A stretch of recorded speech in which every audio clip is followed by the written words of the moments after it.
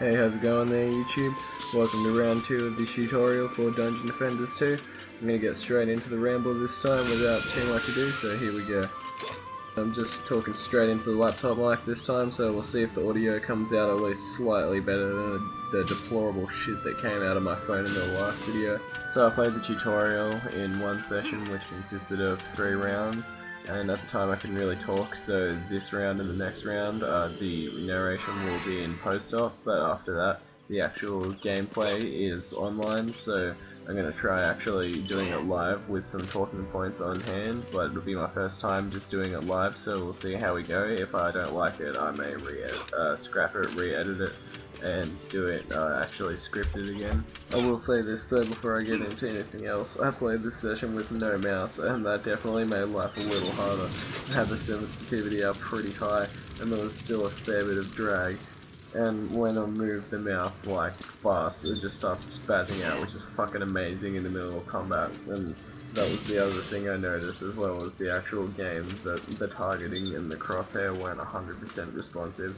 If I'm trying to attack with my character, I don't know like if it was because of my lack of mouse function, or if it was just an issue with the game bucking up a little bit, or lagging, or if he's trying to block at the same time or what, but I found the mouse and I'll be playing future rounds with it, so I'll get to see if that issue gets resolved in future. I just want to take a bit of time here to say a quick thank you to anyone who's been watching my videos, and anyone who's still watching, anyone who's watching this one. It means a lot for anyone to appreciate what I've done creatively, whether it's skating or something artistic. And it's really awesome interacting with people on YouTube and seeing what they've made. It's just, YouTube's really awesome for that, and thanks again, I hope you stick around.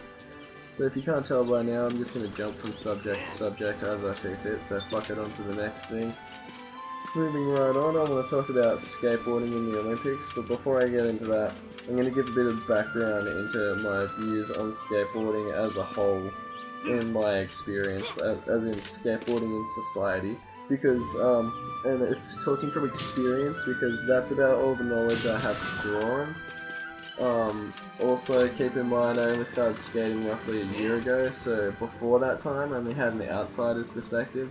So if anything I say sounds a little off on the subject, just keep in mind I'm relatively new to the subject, and only speaking on my opinion and experience, because as an amateur, what else do I have to speak on? So, it seems pretty common knowledge that skating was originally seen as very niche and outsider sport, which brought a sort of stigma with it, and as the sport became more mainstream, more people started paying attention to it.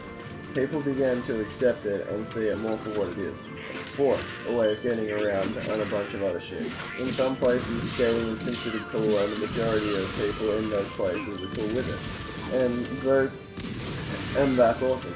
But in Australia, where I'm from, the stigma is still around a fair bit from what I've seen. And I'm not saying it's everyone over here that hates on skaters or skating, but you see it enough to get the impression that a good deal of the general public isn't really keen on it.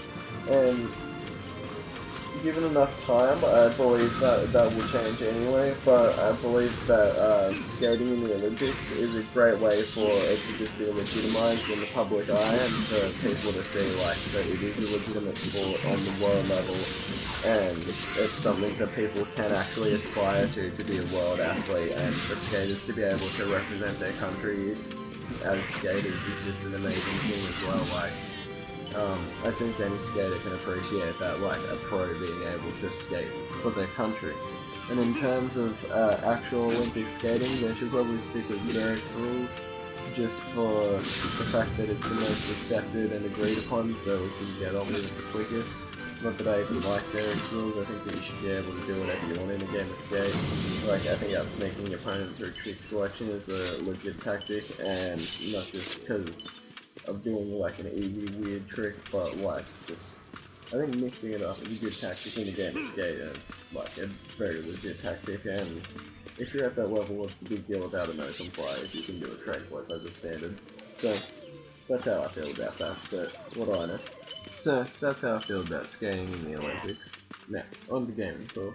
So, I'm going to talk about my first console. Now, before this, I played a couple of games that my older siblings had owned, such as They don't own Atari and the Sega Mega Drive, so I'd played like Space Invaders, Dodgems, Sonic, and that kind of thing. But well, the first thing I got for my 8th birthday, that was the Nintendo 64, and that came with GoldenEye on the 64. And that was an amazing game, and I still find that fun to this day. But when I first got that game, I was a little bit young to fully master that. So the very next game I got though was Super Mario 64, and that to this day is still quite possibly my equal favorite game, up there with Ratchet and Clank 2. And I just gotta say, Super Mario 64, it just holds up for so many reasons. Just to name a few, the Link stacks up pretty well, even by today's standards. The levels and gameplay are really well designed and just really fun overall. And I know this is really subjective and sounds kind of repetitive, but I think just the fact that it still is fun today is just a testament to how good a game it is.